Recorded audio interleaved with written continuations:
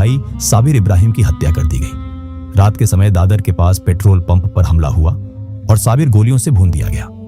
उसी रात दाऊद पर भी हमला हुआ, लेकिन वह किसी तरह बच निकला। जब उसने अस्पताल में अपने भाई की लाश देखी तो उसके भीतर का बचा खुचा डर और नरमी खत्म हो गई। अब उसके लिए यह सिर्फ गैंगवार नहीं रह गई थी, यह निजी बदला था। उसने ठान लिया कि अब वह अपने दुश्मनों को छोड़ने वाला नहीं है। यही वह मोड़ था जहां से दाऊद एक महत्वाकांक्षी अपराधी से पूरी तरह बेरहम खिलाड़ी में बदल गया। पठान गिरोह का दबदबा तोड़ने के लिए उसने मुंबई से बाहर भी अपने कदम बढ़ाए। गुजरात में उसने पुराने तस्करों और स्थानीय नेटवर्क से हाथ मिलाया। उसका मकसद सिर्फ कारोबार नहीं, अपने दुश्मनों तक पहुंचना भी था। उसने चालें चली, पुलिस को इस्तेमाल करने की कोशिश की, अपने विरोधियों को झूठे मामलों में फंसाने का खेल खेला। लेकिन एक बार दांव उसी पर उल्टा पड़ गया। अवैध हथियारों के साथ वह पकड़ा गया और कानून के तहत जेल भेज दिया गया।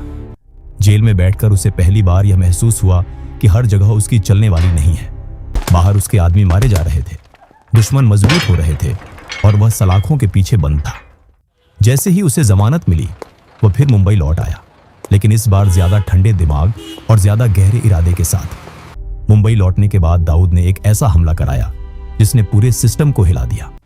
अदालत जैसी सुरक्षित मानी जाने वाली जगह में उसके दुश्मन अमीरजादा की हत्या करवा दी गई। एक कम उम्र के लड़के को चुना गया जो देखने में किसी आम छात्र जैसा लगता था। भरे कोर्ट रूम में जज के सामने भारी सुरक्षा के बीच उसने अमीरजादा पर गोलियां चला दी।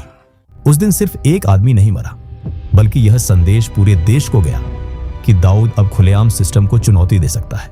पुलिस, अदालत, सुरक्षा कुछ भी उसके इरादे को रोक नहीं पा रहा था। उस वक्त तक दाऊद पर कई गंभीर मामले चल रहे थे। कुछ पुराने मुकदमों में सजा भी हो चुकी थी, लेकिन वह बाहर था, घूम रहा था